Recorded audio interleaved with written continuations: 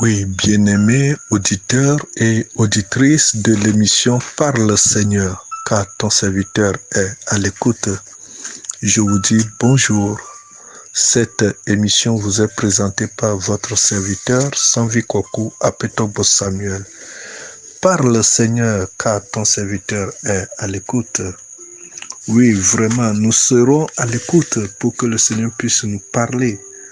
Combien de personnes aiment être à l'écoute après avoir prié? Après la prière, nous devons être à l'écoute. Nous continuons notre série d'enseignements sur le livre de l'Apocalypse. Aujourd'hui, nous sommes à la 38e partie de cette série d'études dont nous avons titré « L'essentiel pour le livre de l'Apocalypse ». L'essentiel pour le livre de l'Apocalypse, nous tirons ce qui est essentiel, ce que nous pouvons saisir, des leçons à tirer pour mieux conduire notre vie et ne pas être surpris dans les temps à venir. Alors que celui qui lit fasse attention, car c'est un livre très prophétique. Nous continuons toujours avec le chapitre 9 de l'Apocalypse à partir du verset 15. Nous lisons à partir du verset 15. Et les 4 anges qui étaient prêts pour l'heure, le jour, le mois et l'année, furent déliés afin qu'ils tuassent le tiers des hommes. Le nombre des cavaliers de l'armée était de 2 myriades de myriades. J'en entendis le nombre. Et ainsi je vis les chevaux dans la vision, et ceux qui les montaient ayant des cuirasses couleur de feu, d'hyacinthe et de soufre. Les têtes des cheveux étaient comme des têtes de lion, et de leur bouche il sortait du feu et de la fumée et du soufre. Le tiers des hommes fut tué par ces 3 fléaux, par le feu, par la fumée et par le soufre qui sortait de leur bouche, car le pouvoir des chevaux était dans leur bouche et dans leur queue. Leur queue était semblable à des serpents ayant des têtes, et c'est avec elles qu'ils faisaient du mal. Alors, nous voulons nous arrêter au niveau du 19e verset. Nous voyons que après que les 4 anges soient déliés, ces 4 anges qui ont le pouvoir sur l'heure, le jour, le mois et l'année, et c'est très important, nous l'avions souligné la fois dernière. Le verset 16 nous dit « Le nombre des cavaliers de l'armée était de 2 myriades de myriades. » J'en entendis le nombre. C'est l'apôtre Jean qui est en train de parler que lorsque le Seigneur lui montrait le nombre des cavaliers de l'armée. Si on parle des cavaliers de l'armée, on est en train de parler des militaires de l'armée. Ceux qui vont faire la guerre. Ici, il s'agit de la guerre. Il s'agit de la guerre. Donc, il disait qu'il entendit le nombre de cette armée.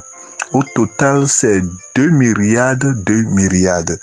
Et le nombre de l'armée était de 2 myriades de myriades. Alors, le mot myriade est un terme ancien, ou bien c'est un terme d'antiquité qui signifie ou bien qui équivaut à 10 000.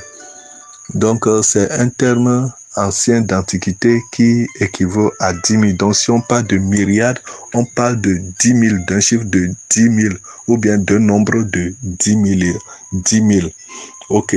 Dans un autre sens aussi, lorsqu'on parle de myriade, on parle d'un nombre qu'on ne peut pas compter, un nombre infini. Mais analysons un peu ici. Ici, il s'agit de 2 myriades, on a bien précisé, 2 myriades de myriades. Alors, si on prend 2 myriades, ça fait 10 000 fois 2, ce qui fait 20 000. Alors, 2 myriades de myriades, ça veut dire 2 fois 10 000 fois 10 000, ce qui fait 20 000 fois 10 000. et ce qui fait, si je ne me trompe pas, 20 millions. Alors, nous allons voir à peu près certains pays, certaines puissances mondiales qui présentent de lourdes armées et dont le chiffre est très intéressant et qui nous interpelle tous. Si nous prenons l'armée de la Chine, le nombre total des militaires actifs est à 2 100 000 militaires. Ça, c'est seulement la Chine, 2 100 000 militaires. N'oublions pas que la force d'un pays se situe au niveau de son armée. Donc, la Chine maintenant a 2 100 000 militaires actifs. Et si nous prenons la Russie a 850 000 militaires actifs. Et maintenant, avec cette guerre en Ukraine, la Russie est en train de se positionner lourdement. La Russie est lourdement armée. Et ce qui fait que l'intervention des autres puissances est un peu réticente. Alors, si nous prenons encore la Corée du Nord, le nombre total des militaires actifs, c'est 1 200 000 militaires. La Corée du Nord, 1 200 000 militaires. Et si nous prenons les États-Unis, nous allons trouver 1 390 000 militaires actifs.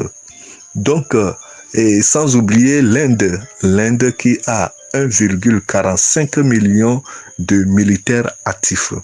Donc voilà à peu près ce que nous voyons concernant les chiffres de l'armée de certains pays qui sont des puissances mondiales.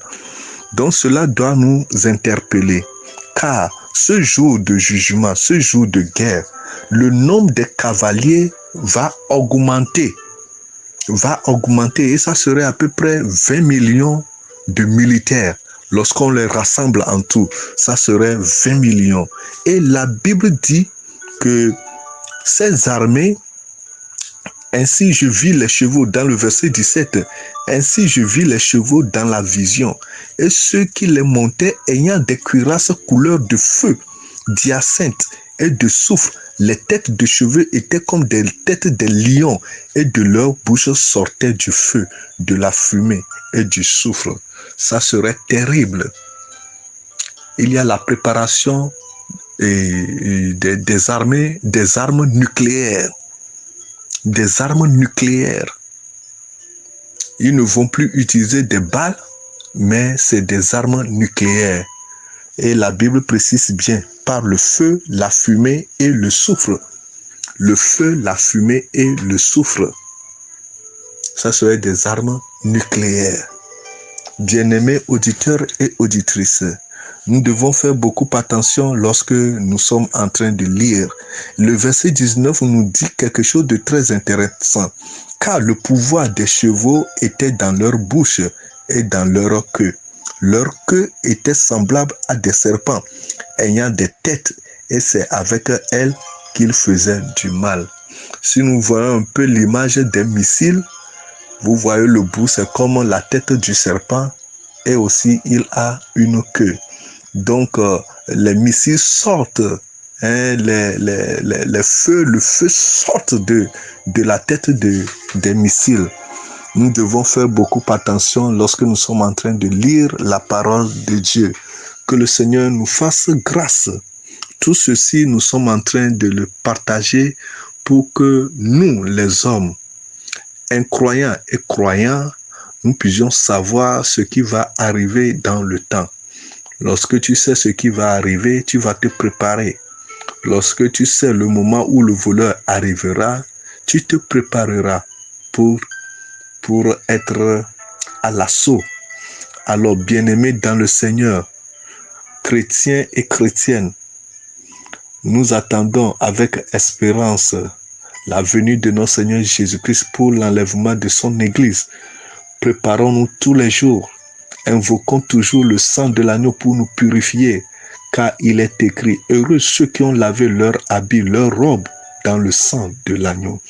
Que le sang de l'agneau nous purifie de toute souillure, de toute impureté de tout péché, afin que ce jour-là, ne ratons pas ce grand événement qui est l'enlèvement. Paix et joie à nos cœurs. Si tu n'as pas encore donné ta vie à Jésus-Christ, qu'est-ce que tu attends pour le faire? Accepte Jésus-Christ comme ton Seigneur, ton Sauveur personnel. Abandonne-toi en ses mains et trouve une église locale pour adorer le Seigneur. Que la paix du Seigneur garde nos cœurs au nom de Jésus-Christ. Vous venez d'écouter la voix de votre serviteur Sanvi Kokou Apetogbo Samuel et à la prochaine. Bye bye.